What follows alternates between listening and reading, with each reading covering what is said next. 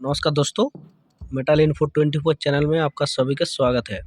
तो मैंने जो पिछला सीजन में जो वीडियो बनाया 20 गो सवाल लेके, अब जो देख रहे हैं 20 गो सवाल, इसका अगली वीडियो में ऑलरेडी यूट्यूब में डाल चुका हूँ 10 गो सवाल का जवाब। तो इस वीडियो में बाकी जो 10 सवाल बाकी था उसका जवाब लेकर मैं आ गया हूँ। तो चलिए एक एक करके शुरू करते हैं। अगर आप चैनल में नए हैं तो चैनल को सब्सक्राइब कर लीजिएगा और दोस्तों के साथ शेयर कर दीजिएगा। और कोई भी रोलिंग मिल में जाइएगा तो ये सवाल पूछेगा ही पूछेगा, क्योंकि ये इम्पोर्टेंट सवाल है। ठीक है, तो चलिए एक एक करके शुरू करते हैं। तो जो हमारा पहला सवाल है, तो फुल फॉर्म ऑफ HMD, जो हमारा HMD है इसका पूरा नाम क्या है? Hot metal detector. खास करके ये जो सेंसर होता है ये हमेशा हॉट प्रोडक्ट को ट्रैक करता है, सेंसिंग करता है। उसके बाद उसका जो प्रोसेस होता है वो पैनल के थ्रू, जो हमारा ड्राइव रहता है उसके थ्रू, PLC के थ्रू वो काम करते हैं। ठीक है, उसका मैं बाद में वीडियो बनाऊंगा। तो चलिए हमारा जो दूसरा प्रश्न है, type of poxy that use in hot rolling mill. जो हमारा हॉट रोलिंग मिल में पॉक्सी कौन सा टाइप यूज़ होता है, तो पहले जान लेते हैं। जो हमारा पॉक्सी टाइप है, पॉक्सी दो टाइप का होता है। एक होता है NPN और दूसरा होता है PNP। ठीक है, तो वैसे भी पॉक्सी का बहुत नाम होता है।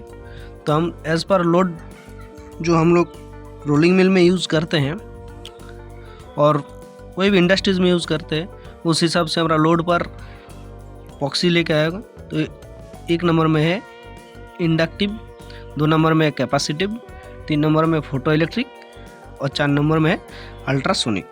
तो जो हमारा रोलिंग मिल में यूज़ होता है खास करके, तो इंडक्टिव और कैपेसिटिव दोनों यूज़ होता है। किसी रोलिंग मिल में इंडक्टिव, किसी रोलिंग मिल में कैपेसिटिव ज़्यादा यूज़ होता है। तो हमारा तीसरा सवाल है, what is value of TDS hardness PF of water for hot rolling mill.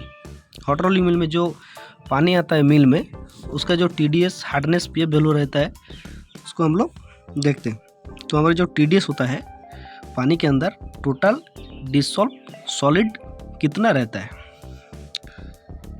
जो हमारा पानी के अंदर, तो 350 से 500 मिलीग्राम पर लीटर।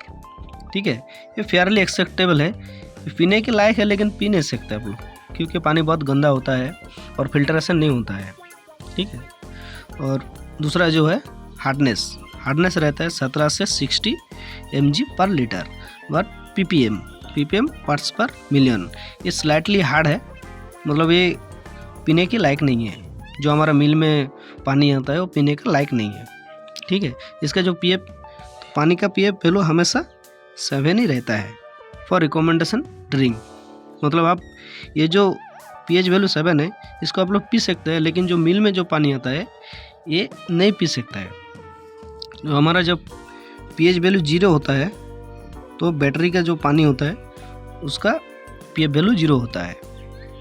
तो मन में एक सवाल आता है हमेशा कि मिल में जो पानी का प्रेशर आता है कितना प्रेशर आता है, तो 1 से लेके 4 kg तक स्टैंड के हिसाब से, और किस जगह का हम लोग पानी दे रहे हैं उसके हिसाब से ये 1 से लेके 4 किलो तक मेंटेन होता है। तो चलिए अगला सवाल, which is instrument use to remove bearing from shaft. मतलब सेफ्ट से हमारा जो बेयरिंग रिमूव होता है वो कौन सा इंस्ट्रूमेंट यूज़ होता है, तो पुलर होता है। जो हमारा सेफ्ट से, ये हमारा सेफ्ट होता है, ये मान लीजिए रोल है,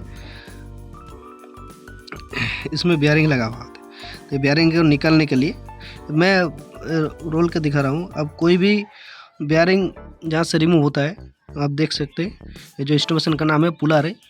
ये 2 आर्म होता है, 3 आर्म होता है, इनर होता है, 4 टाइप का होता है। ठीक है, तो हम लोग रोलिंग मिल में 2 आर्म और 3 आर्म दोनों हम लोग यूज़ करते हैं।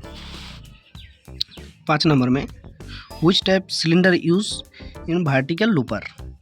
पहली बात, सिलेंडर जो हमारा होता है बहुत तरह का सिलेंडर होता है, लेकिन खास करके जो हम लोग लूपर के लिए बोल रहे हैं, तो लूपर के लिए न्यूमेटिक सिलेंडर यूज़ होता है। जो हवा में चलता है।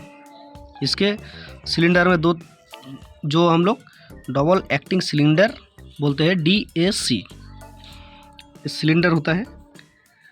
इसमें इन आउट होता है और इसमें एक रॉड लगा हुआ रहता है। तो इसमें ये तो इन होता है, ये तो आउट होता है। उसके बारे में हमको उतना जानकारी नहीं है।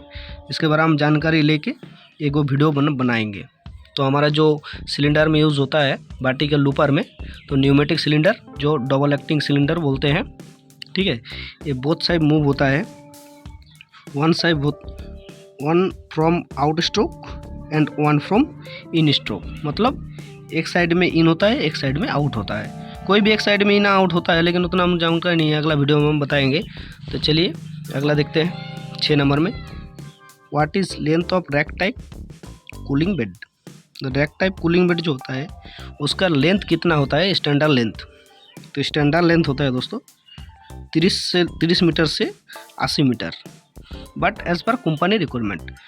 कंपनी में कौन कितना लंबा बार चलाएगा, TMT रिवर जो कूलिंग बेड का चलाते, कितना मीटर लंबा वो लेगा, उसी हिसाब से वो कंपनी के हिसाब से वो कूलिंग बेड बिठाया जाता है। तो चलिए 7वां question, what is pass depth and pass width if stock size 25 mm, round and roll gap 3 mm। मतलब हमारा ये सरिया है,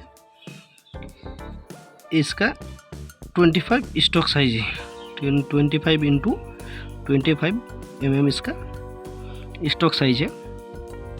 तो इसका जो पास, कोई भी पास होकर तो गुजरेगा, तो इसका जो पास डिप और विड्थ, इसको हम देखते हैं।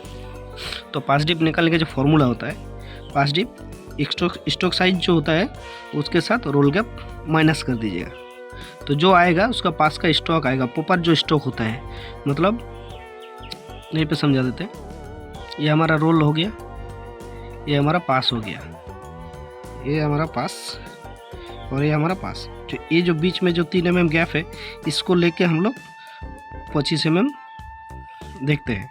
अगर इससे 25 mm हम लोग माइनस कर देंगे, ये वाला और ये वाला जो दिख रहा है दोस्तों, यहाँ पर हम लोग 3 mm जो माइनस कर देते हैं। यहाँ पे देखिए कैलकुलेशन करके कर दिया हूँ, 25 - 3 आया 22/2। 2 मतलब दोनों पास होता है, ये एक पास और ये एक पास। तो इसका जो पास डिप होता है दोस्तों 11 mm पास डिप होगा।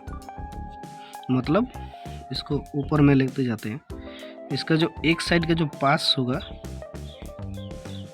इसका जो डिप होगा ये 11 mm होगा, ठीक है। और जो पास का हमारा विड्थ होगा वो 25 होगा, ठीक है। जितना हमारा स्टॉक साइज है उतना हमारा इसका पास का विड्थ है, मतलब चौड़ाई है।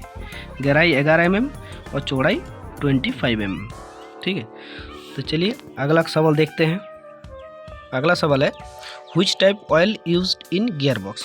गियर बॉक्स में कौन सा ऑयल यूज़ होता है। तो हमने यहाँ पे लिया है सिंथेटिक गियर ऑयल। इसका नाम बहुत होता है, कंपनी का अलग अलग, कंपनी से अलग अलग नाम होता है, लेकिन जो अंदर में जो ऑयल रहता है वो सिंथेटिक गियर ऑयल होता है, जो mineral oil based gear oil होता है, ठीक है। और EP extreme power gear oil होता है, ISO विस्कोसिटी ग्रेड में। ये 4 गो ऑयल गियर में डाला जाता है, विबेल, हेलिकल और स्प्रू गियर में। बाकी जो जितना सारा मोटर रहता है, जितना सारा गियर रहता है, उसके बारे में हमको नॉलेज नहीं कौन सा ऑयल डालता है, लेकिन जो रोलिंग मिल में गियर बॉक्स होता है, हेलिकल, स्प्रू और विबेल, ये तीनों टाइप और रहता है। Pinion cum reduction gear box, pinion gear box सभी में synthetic oil, mineral oil base gear oil और EP extreme power gear oil और ISO विस्कोसिटी ग्रेड, ये चारों ऑयल में डाला जाता है, ठीक है। क्योंकि इसका जो हमारा, अगर बोलिएगा क्यों डाला जाता है, इसका जो टेम्परेचर और इसका जो विस्कोसिटी रहता है, जो फ्रिक्शन हम लोग बोलते हैं, उसका बहुत कम रहता है। तो चलिए अगला सवाल 9 नंबर में, what is normal operating temperature range of bearing in C। मतलब सेंटीग्रेड में बियरिंग का जो नॉर्मल ऑपरेटिंग टेम्परेचर होता है कितना होता है। 40 से लेके 80 डिग्री सेंटीग्रेड। ठीक है। 10वां सवाल, welding aluminium cable current use in RMD 600 ampere. हमारा जो वेल्डिंग मशीन होता है, वेल्डिंग मशीन में 2 आता है, एक अर्थिंग के लिए और एक हमारा होल्डर के लिए। तो ये जो होल्डर में जो केबल यूज़ होता है, इसका कितना करंट यूज़ होता है? तो 600 एम्पियर। तो चलिए दोस्तों, 10 का सवाल हो गया।